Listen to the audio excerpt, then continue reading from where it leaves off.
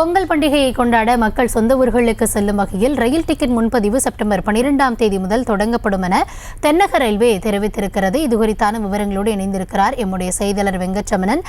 வணக்கம் வெங்கட்ரமணன். இந்த முன்பதிவு செப்டம்பர் 12ஆம் தேதி துவங்கும் அப்படின்னு சொல்லப்பட்டிருக்கிறது.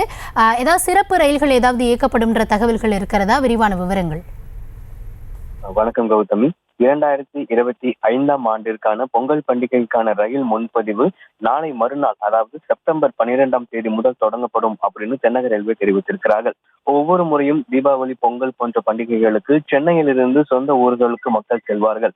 அந்த வகையில் ரயில் முன்பதிவு என்பது அந்த பண்டிகை காலத்திற்கு முன்பாக 3 மாதத்திற்கு முன்பாகவே இந்த டிக்கெட் முன்பதிவு என்பது தொடங்கப்படும். அந்த வகையில் 2025ஆம் ஆண்டிற்கான பொங்கல் பண்டிகைக்கான ரயில் முன்பதிவு என்பது நாளை மறுநாள் முதல் தொடங்கப்படும் அப்படின்னு தென்னக ரயில்வே தெரிவித்திருக்கிறது.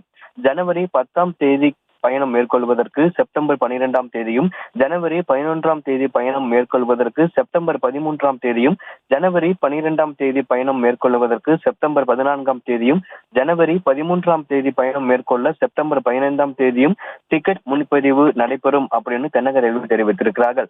குறிப்பாக இந்த அனைத்து முன்பதிவுமே டிக்கெட் கவுண்டர்ல நேரடியாக நடைபெறும் அப்படின்னும், 8 மணிக்கு இந்த முன்பதிவு டிக்கெட் கவுண்டர்ல தொடங்கும், 10 மணிக்கு IRTC அப்படிங்கிற அந்த இணையதளம் மூலமாக டிக்கெட் முன்பதிவு செய்யலாம் அப்படின்னு தென்னக ரயில்வே தெரிவித்திருக்கிறது.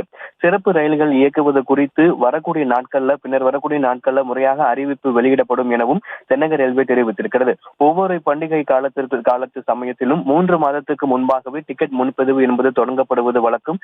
அந்த வகையில் 2025ஆம் ஆண்டு பொங்கல் பண்டிகைக்கான ரயில் முன்பதிவு நாளை மறுநாள், அதாவது செப்டம்பர் 12ஆம் தேதி முதல் நேரடியாக தொடங்கப்படும் அப்படின்னு தென்னக ரயில்வே தெரிவித்திருக்கிறார்கள். கௌதமி,